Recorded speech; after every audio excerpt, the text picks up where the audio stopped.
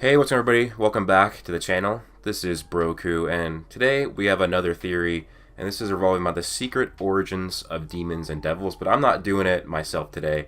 I'm doing it with a cool friend, another cool YouTuber. His name is OAtz. Introduce yourself to everybody, Jack. Thanks for having me on. It is Jack Oates the Goat, and you guys either know or you don't. I'm super stoked to be on. I don't know if a lot of people know, but like the reason I even started YouTube and press play is because of Broku, and I really like his theories. So super stoked when you reached out. So thank you for having me on, man. Yeah, for sure, man. I've been wanting to have you on for a while. No, I'm just gonna say this is gonna be like a really good topic. So it's like some really juicy stuff happening in the story, and it can go so many ways from here. So we're just gonna tackle this point by point, everybody. I'm gonna go, Jack's gonna go, and we're just gonna try and tell you our theory of the origins of demons and devils in Black Clover. So I'm gonna start with the term that is Mythic Parallels. Now, you know, guys, there's so many different mythologies out in the world, but within those mythologies, there's so many different similarities between the many different ones. For example, in Norse mythology, there's Sigurd, the Serpent Slayer, and then in just a different Germanic mythology, there is Sigmund, the Dragon Slayer. They both have similar names, similar titles, their stories are like 80% the same, and even characters within their story have very similar names and similar stories. Like there's Brunhild in the Norse one, and then Brunhilda in the Germanic one. So within different mythologies, there's a lot of different mythic parallels to where basically it's almost like the opposite or the mirror of that what's going on. So within Black Clover and then the Abrahamic religions, there are a mythic parallel. So there are elves, which are from Norse mythology, and then there are angels from the Abrahamic religions, and they are pretty much a mythic parallel to each other.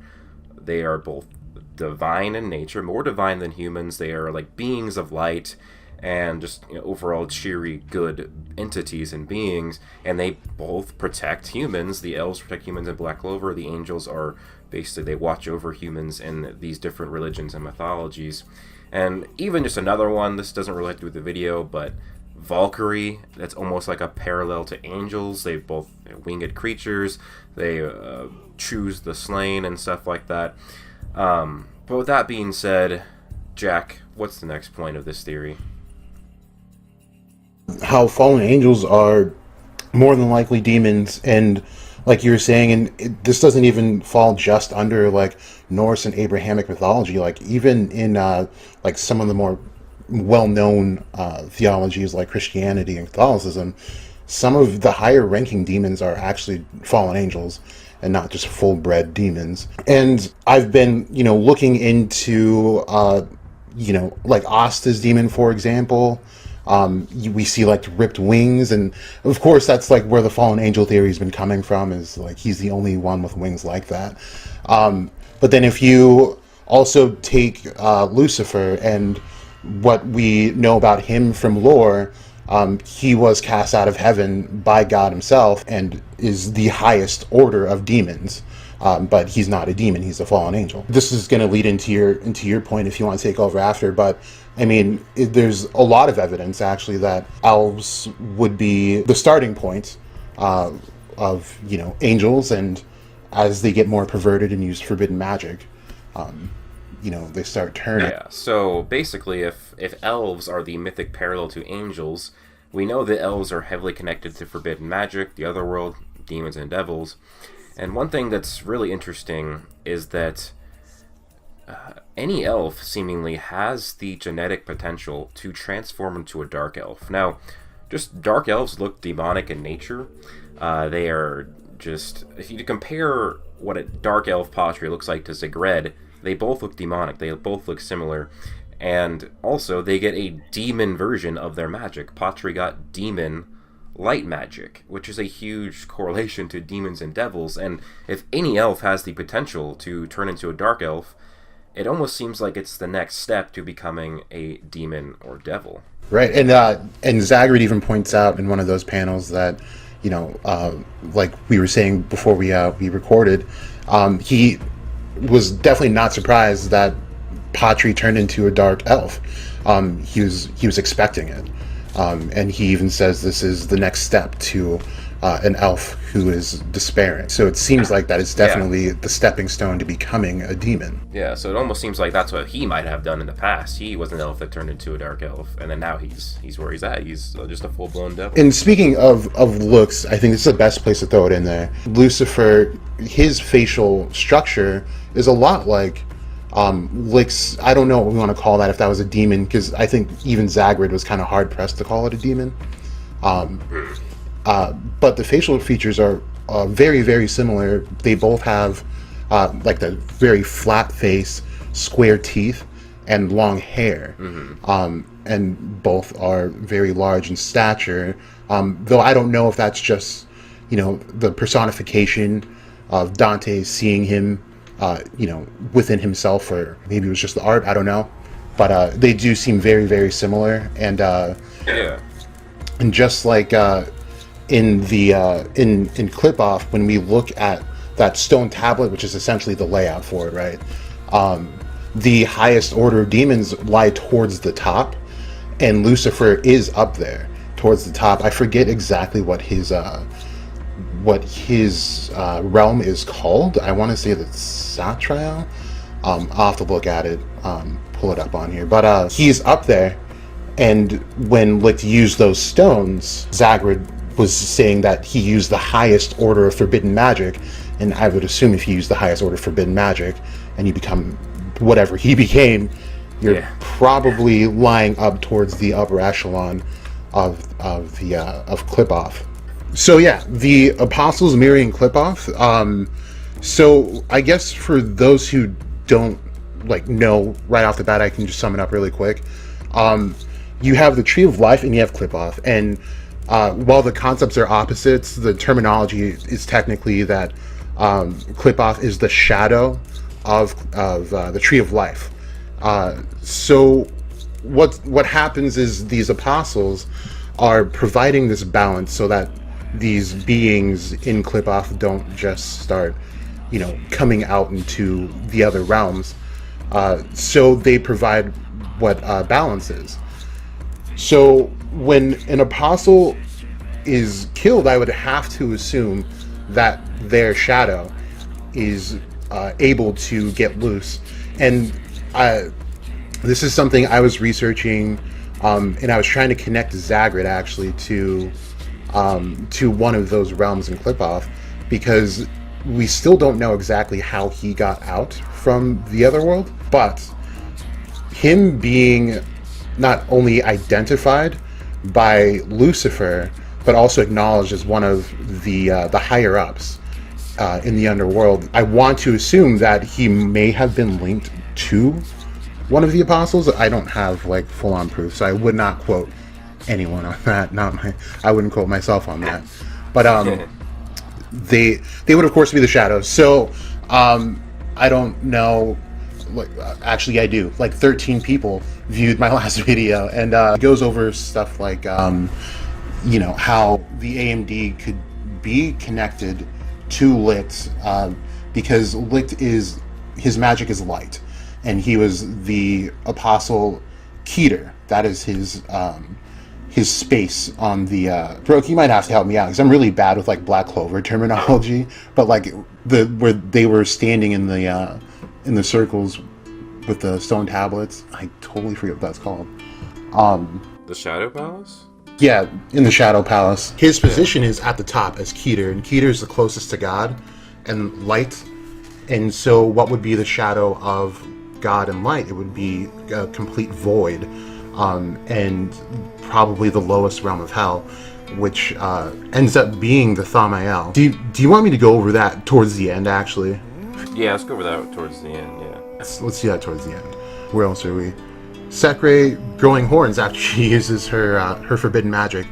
I think that kind of it's an interesting thing that happens, because it shows that there are different kickbacks for humans and elves. Whereas an elf using forbidden magic becomes closer to a demon. We had Sekre, who's a full-blown human, turn into a bird and grow horns. So it could be, even if we get more races introduced to the story, that the kickbacks look different for each race. For sure, yeah. It's interesting that from what we've seen, the elf that uses the magic stones turns into a demon, but the human they both used all the magic stones. They both did. And so the human just gets horns and turns into a bird, whereas the elf actually turns into a demon. And we also know that based on what Lick looked like, he was already partially turned into a dark elf. His eye was going black, and his grimoire turned into the fifth leaf. So he had went through despair. So it almost makes you think, like, even more that the dark elf is the first step to becoming a demon or a devil. It just kind of almost all adds up. Maybe when the dark elf, either they use their demon magic over time, the demon magic is forbidden, and so it slowly grows horns and they become a demon or a devil, or them just dabbling in forbidden magic, it turns them into the demon or devil, and they should just achieve full demonhood status as they like grow horns through the use of forbidden magic. But so that's kind of like, I guess, the overall theory, but now you can go into like all the demon lore you were just talking about. Yeah, so yeah, like I was saying, with the apostles being the light and the life of that realm that they're in, the shadows in Clip-Off would represent the opposite. So if Licht is light and godliness, then the exact opposite is actually the Thamael, and the Thamael are a race or sect of fallen angels that were cast out of heaven because they added it's called an LF, but to make it simple, it's when you have names like Thamael or Gagael, Satariel, the EL is the LF, and what that represents is power, and that's how they know their rankings. So when they were found out to be fraudulent, they were cast out and sent to the lowest depths of hell. And now within the Thamael, there are two demons that rule over that section of Clip-Off, and they call them the twin gods in some texts. And one of those gods is called Moloch, and the other one is Satan. And in a lot of texts, Satan and Lucifer they're very separate beings. Admittedly, in some Norse texts, the demon Moloch is the same as Lucifer, but there are other texts that make all three of them completely separate. So it kind of makes coming to a solid conclusion a little harder, but it still works. And then trying to place demons like Magicula. If she is running around with Lucifer, I have to assume she is somewhere on this list as well. And we do have a realm of demons called the Samael, and these are the poison of God. And we see with her magic, it's curse magic, and what she does is essentially poison people via her magic, which is why Lord Pachika is supposed to die when the time is up on that curse and whatnot. But I think it's all really interesting how it's very obvious Tabata is drawing from almost the exact lore from the Kabbalah and from Norse mythology. And one thing, I don't know, this is one of those crackhead Jack theories. You have Lilith at the very bottom, the Queen of the Night, and I think it's really interesting. And we still don't know where, we have like the subsection of Black Clover that believes Lily is, not who she says she is, and I don't know. We don't have too much. What's that? I think it would be wild, especially with Austin, showing up at that church. It's pretty. Yeah. It wouldn't surprise me that if Tabata has something special planned for her, knowing Tabata, how he writes everything so far. Yeah, and one thing I've been having a hard time with is there's been obvious references to like Ragnarok and all this Norse lore, right? So what I'm having a tough time with is the timeline. Could this be, with the gods like Thor already in existence, or maybe they are establishing this lore as we're watching it? Because there are some instances where I feel like they're kind of establishing this lore and creating it. Yeah, that'd be interesting. Yeah, where Luck may not exactly be like Thor, but he would be Thor in the story if they are establishing it. That'd be pretty sick. I mean, he already has like the Thunder God boots. Right, exactly. Yeah, that'd be pretty dope. That'd be a pretty interesting and unique way to do it. I don't know if I've seen something really that's like that exactly, or read something that's like that exactly. Yeah. This whole story has been shaping up to be amazing, and I think it'll be easier to flesh out this subject when we find out who Zeno's devil is.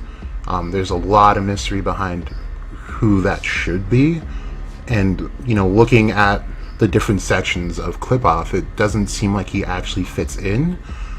There's one that he might, and I believe it's it's either the Flaming Ones or the Hinderers, and the Hinderers is actually the second strongest realm up here, and they're the liars, and they thrive off of lying wherever they go and revel in the chaos, if you will.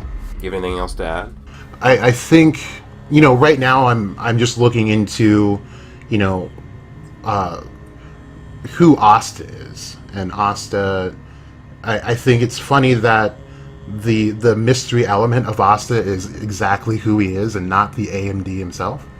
And also for and I kind of pointed this out on Twitter in my last video, how to me it seems like is somehow a part of the AMD's ultimate plan, with his connecting that stone, because it did seem like the stone kind of summoned that grimoire from the brick wall for us to get. And I thought that was pretty interesting, and the fact that has pretty much, I really hate that his name is by the way, because I say a lot. Me too. And it's like I can't help but notice it. But has the necklace where it seems like he can exert will onto the outside world, and then the 4-leaf clover, when Asta was about to get crushed by Mars, seems to exert the will on himself.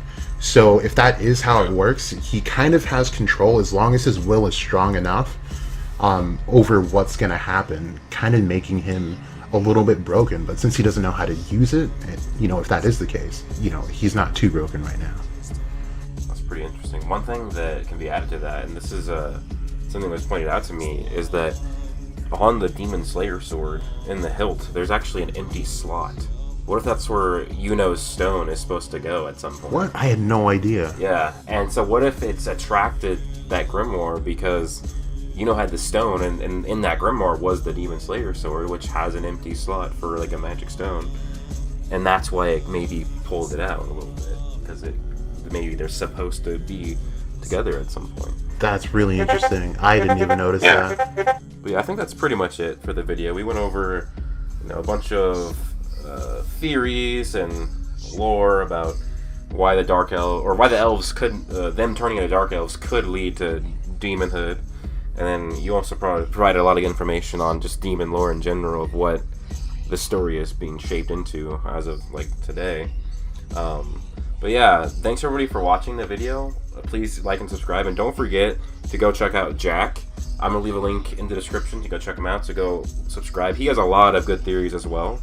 But yeah, any final words you want to say, Jack? No, thank you guys for tuning in. I just want to say, since I've been doing YouTube and hopped on Twitter, joined the BC fandom and anime in general, everyone's been super cool, always funny, always some crazy stuff happening, but never not entertaining and fun. So thanks for all the support, and thanks for tuning in again. So thanks for watching, everybody. And one thing I do want to say is recently I was on a podcast that is a Black Clover podcast called The Clovercast. So I'm going to leave a link in the description below too, also for you guys to go check that out and watch. I thought it was a really great podcast and I enjoyed being on it. So subscribe and go watch that one and like it. And then I will probably do another one in the future, so stay tuned. But also don't forget to subscribe to Jack OAtz as well. He's a great Black Clover YouTuber. With that being said, I hope you guys all have an amazing day. Peace out.